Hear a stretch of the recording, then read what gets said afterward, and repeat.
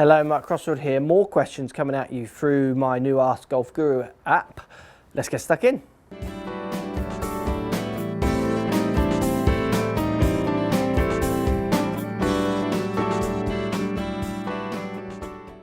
Right guys, got a question here from Michael. Hi Mark, great videos. They really help me with my game. Thanks for watching.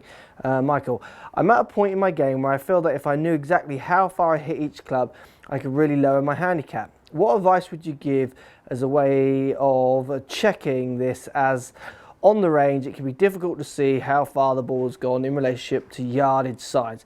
I'd love your feedback. Thanks, Mike Williams. Okay mate, look, good question. Really, if you want to do this, you need a piece of machinery really. GC2 HMT, I do it with this, I do it with real balls, and I do it in a controlled environment actually. I do it indoors with this machine, and it gives me my gapping fantastically. You can use the actual balls you're going to play with. I hit a series of shots with each clubs and I find out where my holes are, and then I'll move the lofts accordingly.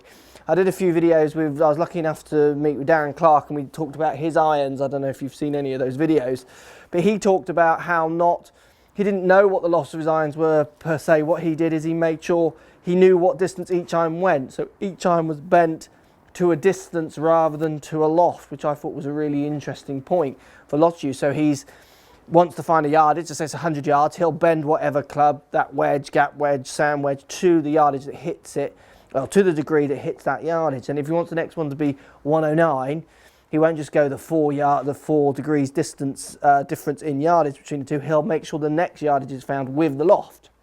I thought that was an interesting point to think about it, a different way of thinking about it. But if you're going to do it properly, really, you want to go and get on a launch monitor and get your distances measured. It's very easy. Just hit a series of shots with all clubs and it'll give you an average, and then you can look at those averages, look at the tops, look at the lows, discard some of the mishits maybe because you don't want them to skew your averages. If you can't do that, you need to get on a field with as good a quality balls as you can get, close to what you use on the when you're actually playing. Get a rangefinder device, so I use a Nikon one, hit a series of shots with certain clubs, and then walk out there and measure, put a stick in the ground and then measure back to where your bag is. You know, measure those distances and again, find those averages, get rid of the super long ones or get rid of the super short ones, find out where, or you want to know where your super long one is actually, just get rid of the duff ones if you like.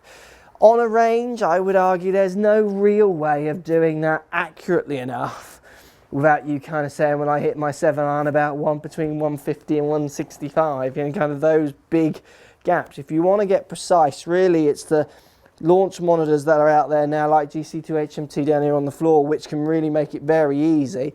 There are many pros who have machines who will book you in for a gap testing, so they won't even teach you. They'll just sit there with you and help you find your gaps, because if you think about it, for them, if they find a gap, it gives them a potential of a conversation of talking about how to fill that gap with a club, so they're happy to do that. They might charge you a fee, like a lesson fee to do it, but it's as good as doing a lesson for lots of people. Doing it just on your range, I would argue you can't really do it. You need a field with a laser rangefinder like the Nikon Cool Shots,